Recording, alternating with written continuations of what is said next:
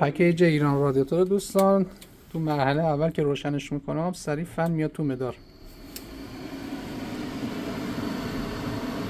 حالا یه نکته که خیلی مهمه، دستگاه بدون آب کار کرده. ببینید مبدل اصلی کاملا سیاه شده، دفرمه شده.